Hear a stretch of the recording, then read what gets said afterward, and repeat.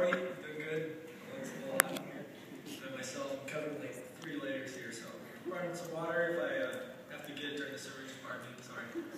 Oh, and I have to do something real quick. CR says $5 is right now, and I just have to go pooch, pooch. I get $5, so I just want that too. Okay, so congratulations. We made it. For about 4 years, there's been a lot of ups and downs. There's been some interesting rides, I guess, but we made it. That's all that matters, I guess. In high school, we have pursued a lot of things. Some have pursued sports, some have pursued academics, some have pursued friends. I've pursued all of these. I've kind of seen which one is the most valuable to me. Sophomore year track, I kind of put all my hopes in track, and I just had to make it to state. I just had to get there. And then my summer would be complete, my season, my school year would be complete, and I worked my tail off. And right in the section of me, like, is time good enough to qualify? And yes, I make it to state, but then once I get there, I race there, and then about a week later, I'm like, what happened to that joy? I thought my summer would be complete. We kind of live in this kind of state of, if I just get this, I will be happy, I will feel fulfilled. All my life, I've kind of been a church-going kid. The gospel, I never realized it. I was always told Jesus died on the cross. What does that really mean? Jesus loves you.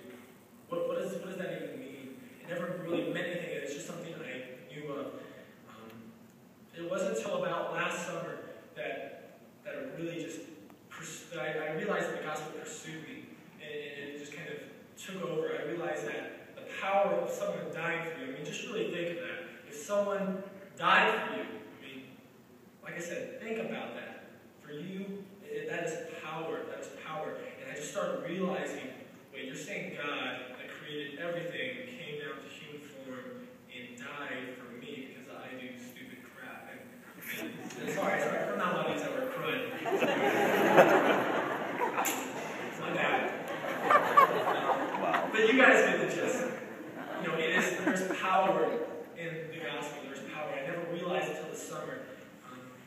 All of us kind of are in the state of mind that we want our lives to count, right? We want to go and be in the medical field and help people. We want our lives to have impact. We want to have our life, like I said, count. There are a few things you need to know in order to make a worldwide difference. We all want to be extra. We want to all be extraordinary. We don't want to be just normal.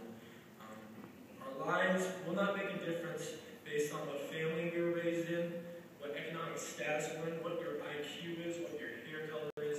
It's by the idea that grips you. I'll say that again. It's by the idea that grips you. If you think about the famous, world-renowned, influential people, Abraham Lincoln, he was gripped by a powerful idea, and it defined him. It's not you as the person, but it's the idea that grips you and that you let control you. I pursued all of these ideas, these track, family, friends, academics. I pursued all these, but once I reached something, I realized it didn't fulfill. And then last summer, I realized the gospel's pursuing me, and it's just the power of the gospel gripped me. I beg and plead, right now that you will realize the power of the gospel and that you will let that idea grip you. Everyone, like I said, wants to make a difference. The real question is, do you really want to make a difference? Do you sitting in the seat want to make a difference? Because the sad fact is a lot of us actually don't. A lot of us actually just want to be liked. And I am an example of someone that want to be liked. I just want to be, my friends. I want people to enjoy spending time with me. I wanted to go to the parties and all be the life of the party. I wanted to go up in front of people and talk, and people say, what a great speaker. Man, I just wanted to be liked. But I realized that didn't make a real impact. Just being liked wasn't enough.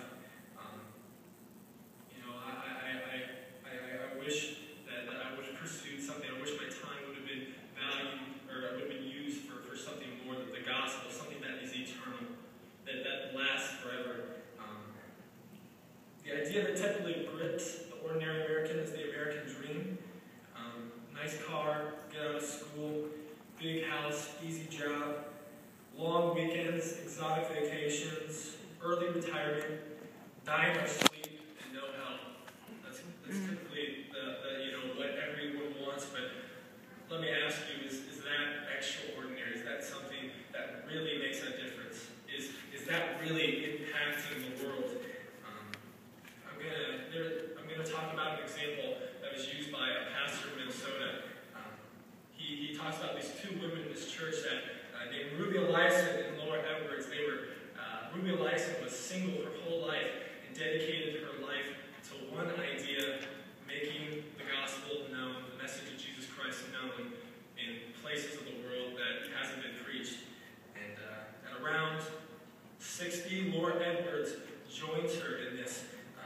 Her husband dies, and they join, and they're in South America, and they're just traveling around to village, preaching the good news of Jesus. And all of a sudden, they're driving, their brakes give out, they drive off a cliff, dead on impact. Now, let me ask you, is that story a tragedy? These are two women who dedicated their lives to this one idea, to making an impact, and died on an instance. Is that a tragedy? That is not a tragedy. Let me read you what I believe a tragedy is. It's from Reader's Digest. It's in the 2000. I know a lot of you guys don't read Reader's Digest. I usually don't, but it's a good example. Bob and Penny took early retirement from their jobs in the Northeast 5 years ago, when he was 59 and she was 51. Now they live in Punta Gorda, Florida, where they cruise on their 30-foot trailer, playing softball and collecting shells. Now, when I get all my wrongs and everything that I've done wrong, and I get up to the heaven of heavens and I say, Lord, look at my shell collection. I mean, we're laughing, but seriously, so many of us, and we're saying, oh, that's shells, but what are the other trivial things that we pursued, that I have pursued, all the time that I've wasted saying, I just want to be like, I just want to be good track, I want glory, and people to praise me. We get in this, we say, oh, shells, that's ridiculous, but what else are we pursuing? Am I pursuing? There's so much that I'm pursuing now that is just like that, and I don't want to get to the heaven, like I said, heaven of heavens, and say, look at my shell collection, Lord. I want my life to count. I want my time that I have to be worth something.